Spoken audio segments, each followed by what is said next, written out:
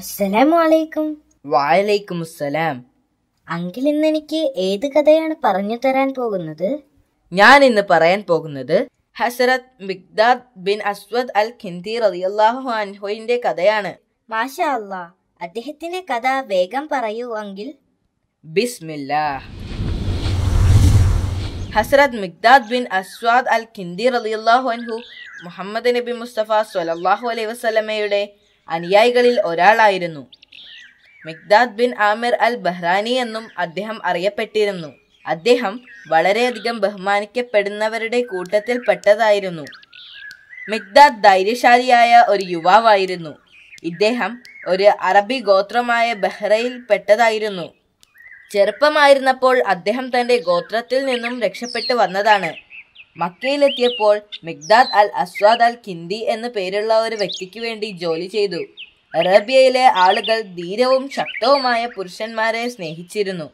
അദ്ദേഹത്തിന്റെ യജമാനന് മക്കളില്ലായിരുന്നു. അതുകൊണ്ട് തന്നെ അയാൾക്ക് അദ്ദേഹത്തെ വളരെ ഇഷ്ടമായിരുന്നു. ഒരു ദിവസം തൻ്റെ ഗോത്രക്കാരായ ഖുറൈശികളുടെ മുൻപിൽ വെച്ച് അൽ അസ്വാദ് അൽ ഖിന്ദി ഇങ്ങനെ പറഞ്ഞു: ഇന്നു മുതൽ മിഖ്ദാദിനെ ഞാൻ എൻ്റെ മകനായി സ്വീകരിക്കുന്നു. ഇനി മുതൽ അദ്ദേഹത്തിൻ്റെ പേര് മിഖ്ദാദ് ബിൻ അസ്വാദ് അൽ ഖിന്ദി എന്നായിരിക്കും. എൻ്റെ മരണശേഷം അവനായിരിക്കും എൻ്റെ പിന്തുടർച്ചക്കാരൻ. അന്നു മുതൽ ആളുകൾ അദ്ദേഹത്തെ മിഖ്ദാദ് ബിൻ അസ്വാദ് അൽ ഖിന്ദി എന്ന് വിളിക്കാൻ തുടങ്ങി. അറബികൾക്ക് അദ്ദേഹത്തോടുള്ള സ്നേഹം കാണിക്കുന്നതിൻ്റെ ഭാഗമായിട്ടായിരുന്നു അത്. മിഖ്ദാദ് റളിയല്ലാഹു അൻഹുവിന് 24 വയസ്സുള്ളപ്പോൾ മുഹമ്മദ് നബി മുസ്തഫ സ്വല്ലല്ലാഹു അലൈഹി വസല്ലമ മക്കയിൽ ഇസ്ലാം മതം പ്രചരിപ്പിക്കാൻ തുടങ്ങി. പ്രവാചകന്റെ ദൗത്യത്തെക്കുറിച്ച് കേട്ട മിഖ്ദാദ് റളിയല്ലാഹു അൻഹു ഇസ്ലാമിൽ ചേർന്നു. അദ്ദേഹം തന്റെ വിശ്വാസത്തെ രഹസ്യമായി സൂക്ഷിച്ചു. കാരണം അക്കാലത്ത് ഖുറൈശികൾ മുസ്ലിങ്ങളെ പീഡിപ്പിക്കുമായിരുന്നു. പീഡനം വർദ്ധിച്ചപ്പോൾ പ്രവാചകൻ മദീനയിലേക്ക് കുടിയേറാൻ തന്റെ അനുയായികളോട് ആവശ്യപ്പെട്ടു. അനുയായികൾ ഒറ്റക്കൊറ്റക്കായും സംഘങ്ങളായും മദീനയിലേക്ക് പുറപ്പെട്ടു. മിഖ്ദാദ് റളിയല്ലാഹു അൻഹുവും ആളുകളുമായി ചേർന്ന് മദീനയിലേക്ക് യാത്ര ചെയ്തു. ഏറ്റവും അവസാനം കുടിയേറിയവരിൽ പെട്ടതായിരുന്നു അദ്ദേഹം. മദീനയിലെത്തിയപ്പോൾ പ്രവാചകൻ അദ്ദേഹത്തോടൊപ്പം താമസിക്കാൻ മിഖ്ദാദ് റളിയല്ലാഹു അൻഹുവിനെ ക്ഷണിച്ചു. പ്രവാചകനോടൊപ്പം താമസിച്ചപ്പോൾ നടന്ന ഒരു സംഭവത്തിന്റെ കഥ മിഖ്ദാദ് റളിയല്ലാഹു അൻഹു ഒരിക്കൽ പറഞ്ഞു. മിഖ്ദാദ് റളിയല്ലാഹു അൻഹുവും കുറച്ചു പേരും വളരെ സന്തോഷത്തോടു കൂടി പ്രവാചകന്റെ വീട്ടിൽ താമസിക്കുകയായിരുന്നു. ഒരു ദിവസം പതിവ് പോലെ അവരുടെ ജോലികൾ കഴിഞ്ഞു എല്ലാവരും പ്രവാചകന്റെ വീട്ടിൽ മടങ്ങിയെത്തി. അവിടെ മേശപ്പുറത്ത് അവർക്ക് ഓരോരുത്തർക്കും വേണ്ടി ഓരോ പാത്രത്തിൽ പാൽ നിറച്ച് വെച്ചിട്ടുണ്ടായിരുന്നു. ഓരോരുത്തരും അവരുടെ പാൽ കുടിച്ചു.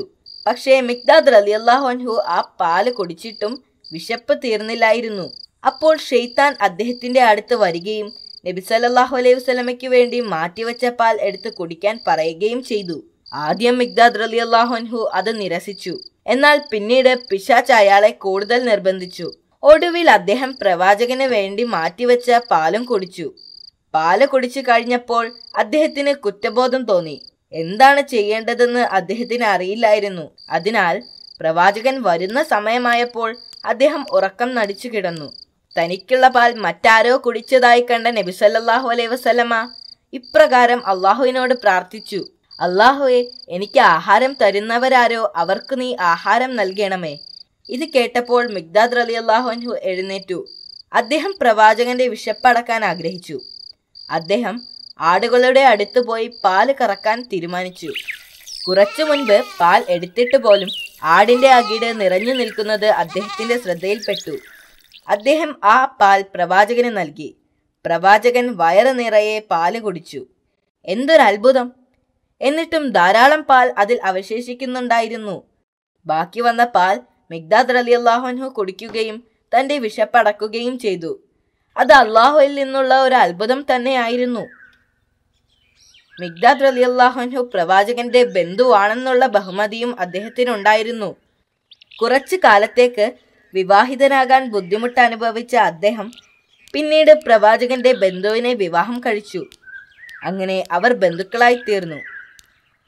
മക്കയിൽ നിന്ന് മദീനയിലേക്ക് മുസ്ലിങ്ങൾ കുടിയേറിയപ്പോൾ അവിശ്വാസികൾ അവരുടെ വീടുകൾ ആക്രമിക്കുകയും കൊള്ളയടിക്കുകയും ചെയ്തു. അവർ പിടിച്ചടക്കിയ വസ്തുക്കൾ തിരികെ കൊണ്ടുവരാൻ പ്രവാചകൻ ആഗ്രഹിച്ചു. അതിനുവേണ്ടി ആദ്യം ഖുറൈശികളുമായി സംസാരിക്കാൻ അദ്ദേഹം ശ്രമിച്ചു. പക്ഷേ അവർ കേൾക്കാൻ തയ്യാറായില്ല. അപ്പോൾ ഖുറൈശികൾക്കെതിരെ യുദ്ധം പ്രഖ്യാപിക്കുകയല്ലാതെ പ്രവാചകന്റെ മുൻപിൽ മറ്റൊരു മാർഗവും ഉണ്ടായിരുന്നില്ല. ബദർ യുദ്ധത്തിനു മുൻപ് പ്രവാചകനും കൂട്ടാളികളും യുദ്ധം ചെയ്തിട്ടില്ലായിരുന്നു. യഥാർത്ഥത്തിൽ തങ്ങളുടെ വസ്തുക്കൾ തിരിച്ചു പിടിക്കുകയായിരുന്നു അവരുടെ ആവശ്യം.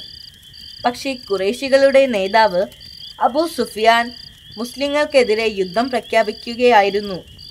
ഈ അപ്രതീക്ഷ സംഭവത്തിന് പരിഹാരം കാണാനും പ്രധാനപ്പെട്ട തീരുമാനങ്ങൾ എടുക്കുവാനും അവർ ഒരുമിച്ചുകൂടി. മുസ്ലിങ്ങൾ ഇതിനു മുൻപ് യുദ്ധം ചെയ്തിട്ടില്ലായിരുന്നു. പ്രവാചകൻ തൻ്റെ അനുയായികളുമായി കൂടിയാലോചിച്ചു. ജനങ്ങളെ, നിങ്ങളുടെ അഭിപ്രായങ്ങൾ പറയുക. ആദ്യം അബൂബക്കർ റളിയല്ലാഹു അൻഹു എഴുന്നേറ്റ് നിന്ന് സംസാരിച്ചു. തുടർന്ന് ഉമർ ബിനുൽ ഖത്താബ് റളിയല്ലാഹു അൻഹുവും സംസാരിച്ചു. എന്നാൽ പ്രവാചകന് തൃപ്തിപ്പെട്ടില്ല. അദ്ദേഹം വീണ്ടും പറഞ്ഞു, ജനങ്ങളെ, നിങ്ങൾ ആലോചിച്ചു നോക്കുക. അങ്ങനെ നാലാമതായി മിഖ്ദാദ് ഇബ്ൻ അൽ കിന്ദി റളിയല്ലാഹു അൻഹു സംസാരിച്ചു. ഓ ഹബീബേ, അള്ളാഹു അങ്ങേക്ക് കാണിച്ചു തന്ന മാർഗം പ്രയോഗിക്കുക. തീർച്ചയായും ഞങ്ങളെല്ലാം അങ്ങയോടൊപ്പം ഉണ്ടാവും. അള്ളാഹു ആണ് സത്യം. ഇസ്രായേൽ സന്തതികൾ മൂസാ നബിയോട് പറഞ്ഞതുപോലെ ഞങ്ങൾ ഒരിക്കലും പറയില്ല. താങ്കളും താങ്കളുടെ രക്ഷിതാവും കൂടി പോയി യുദ്ധം ചെയ്യുക. ഞങ്ങളെല്ലാവരും അങ്ങയോടൊപ്പം യുദ്ധം ചെയ്യുന്നതാണ്. അങ്ങ് ഞങ്ങളെ ബിർഖുൽ ഖിമാദിലേക്ക് അയക്കുകയാണെങ്കിൽ അങ്ങ് അവിടെ എത്തുന്നതിനു മുൻപായി അങ്ങേക്കെതിരെ വരുന്നവരുമായി ഞങ്ങൾ പോരാടാം. മാത്രമല്ല, യുദ്ധത്തിന് വിജയിക്കുന്നത് വരെ അങ്ങയുടെ 4 വശത്തു നിന്നും ഞങ്ങൾ ശത്രുക്കൾക്കെതിരെ പൊരുതുന്നതാണ്. അള്ളാഹു ആണ് സത്യം. ഇത് കേട്ടപ്പോൾ പ്രവാചകന് വളരെയധികം സന്തോഷമായി. അവിടെയുണ്ടായിരുന്ന എല്ലാവരും മിഖ്ദാദ് റളിയല്ലാഹു അൻഹുവിൻ്റെ അഭിപ്രായത്തോട് യോജിച്ചു. അപ്പോൾ ഖുറൈശികളുമായി യുദ്ധം ചെയ്യാൻ പ്രവാചകൻ തീരുമാനിച്ചു. അങ്ങനെ ബദർ യുദ്ധം ആരംഭിച്ചു. മുസ്ലിങ്ങളെല്ലാം വളരെ ആവേശത്തിലായിരുന്നു. അവർ ഹൃദയം നിറയെ അള്ളാഹുവിനോടുള്ള വിശ്വാസത്തോടെ സത്യനിഷേധികളെ നേരിട്ടു. അങ്ങനെ മുസ്ലിങ്ങൾ യുദ്ധത്തിൽ വിജയിച്ചു. മുസ്ലിങ്ങൾ യുദ്ധ തടവുകാരെ പിടിച്ചടക്കുകയും അവരെ മദീനയിലേക്ക് കൊണ്ടുപോവുകയും ചെയ്തു. യുദ്ധ തടവുകാരെ മോചിപ്പിക്കണമെങ്കിൽ മുസ്ലിങ്ങളിൽ നിന്നും അവർ പിടിച്ചടക്കിയ വസ്തുക്കൾ തിരിച്ചു തരുവാൻ മിഖ്ദാദ് റളിയല്ലാഹു അൻഹു ഖുറൈശികളോട് ആവശ്യപ്പെട്ടു. ഇതറിഞ്ഞ പ്രവാചകൻ 2 കൈകളും മുകളിലേക്ക് ഉയർത്തി പറഞ്ഞു, ഓ അല്ലാ, അങ്ങയുടെ അനുഗ്രഹത്താൽ മിഖ്ദാദിനെ നീ സമ്പന്നനാക്കണമേ. ശത്രുക്കൾ മുസ്ലിങ്ങളിൽ നിന്ന് ആരെയെങ്കിലും പിടികൂടിയാൽ അവരെ ഉടനെ തന്നെ കൊല്ലുമായിരുന്നു. എന്നാൽ പ്രവാചകൻ ഒരിക്കലും അങ്ങനെ ചെയ്യാൻ ആഗ്രഹിച്ചിരുന്നില്ല. അദ്ദേഹം യുദ്ധ തടവുകാരോട് വളരെ ദയയോടെ പെരുമാറുവാൻ തൻ്റെ അനുയായികളോട് ആവശ്യപ്പെട്ടു. മാത്രമല്ല, ദരിദ്രരായ യുദ്ധ തടവുകാരെ മോചനദ്രവ്യം ആവശ്യപ്പെടാതെ തന്നെ വിട്ടയക്കുകയും ചെയ്തു. അദ്ദേഹം എഴുത്തും വായനയും അറിയാവുന്ന തടവുകാരോട് മോചനദ്രവ്യമായി മുസ്ലിം കുട്ടികളെ പഠിപ്പിക്കാൻ ആവശ്യപ്പെട്ടു.